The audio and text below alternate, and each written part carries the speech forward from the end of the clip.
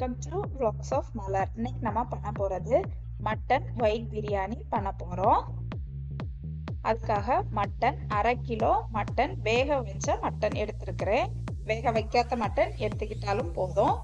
கொத்தமல்லி இலை, புதினா இலை, பட்டை, கிராம்பு, ஏலக்காய், ரம்ப இலை, ஒரு பெரிய உள்ளி, 3 பச்சை மிளகு கீறி வச்சிருக்கிறேன், பெருஞ்சீரகம், பட்டை, கிராம்பு, ஏலக்காய், பச்சை மிளகு, இஞ்சி, வெள்ளைப்பூடு, சின்ன உள்ளி இவ்வளவும் அரைக்கணும். தயிர், அப்புறம் ஜீரக சம்பா அரிசி 1 கப் எடுத்திருக்கிறேன். அந்த அரிசியை வாஷ் பண்ணி ஊற வச்சிருங்க. பச்சை மிளகு, இஞ்சி, 3 பல் பூண்டு, சின்ன உள்ளி ஒரு 6 சின்ன உள்ளி, 1 ஸ்பூன் பெருஞ்சீரகம், 3 ஏலக்காய், 2 கிராம்பு, 1 பட்டை அரைச்சி எடுத்துக்கணும். உப்பு போட்டு அரைச்சி எடுத்துக்கணும்.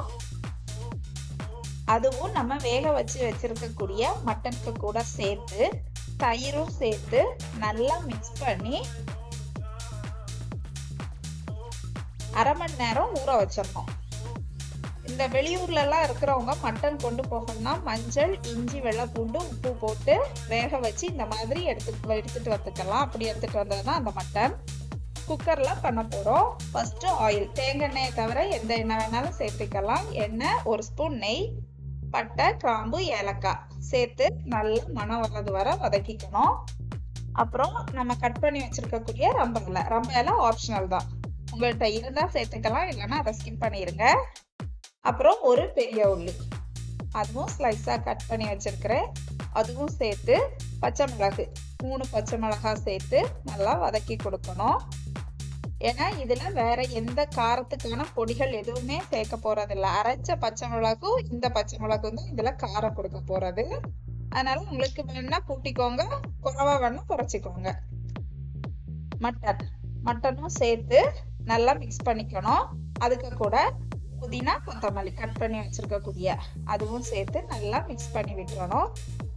இது நீங்க வேக வைக்காத மட்டன்னாலும் இந்த இடத்துல சேர்த்துக்கலாம். ஓகேவா? இது வேக வச்ச மட்டன்னாலும் நீங்க இதே ப்ரொசீஜர்ல சேம் வேக வைக்காத மட்டன் சேர்த்து பண்ணா போதும். இப்போ தண்ணி சேர்த்துக்கிறேன். 1 கப் அரிசிக்கு 1.5 கப் தண்ணி சேர்த்து மிக்ஸ் பண்ணிட்டு உப்பு தேவையான அளவு உப்பு பார்த்து நல்லா கொதிக்க விடணும். உப்பு மிக்ஸ் பண்ணிருங்க. இப்படி மட்டன் நீங்க வேக வச்சு தண்ணி குறைவா சேர்த்து வேக வச்சு ஒரு சிப்லாக் கண்டெய்னர்ல ஸ்டோர் பண்ணி நீங்க கொண்டு வந்து ஃப்ரீசர்ல வச்சீங்கன்னா ஒரு 2 வீக்ஸ் எல்லாம் யூஸ் பண்ணிக்கலாம்.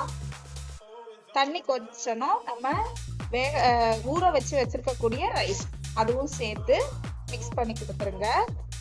பாஸ்மதி அரிசியை விட ஜீரக சம்பா அரிசியில பண்றப்போதான் டேஸ்ட் ரொம்ப நல்லா இருக்கும். அதனாலதான் ஜீரக சம்பா அரிசியில பண்றேன். குக்கர் என்ன பண்ணணும்னா மூடி போட்டு 5 மினிட்ஸ் வந்து லோ ஃப்ளேம்ல வச்சிடணும். 5 மினிட்ஸ் ரொம்ப லோ ஃப்ளேம்ல நீங்க வச்சிருங்க.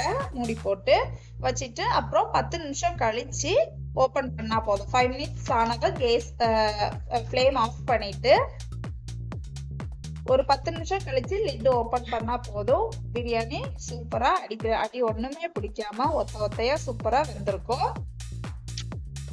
பிரியாணி ரெடி. சுவையான ஒயிட் மட்டன் பிரியாணி ரெடி.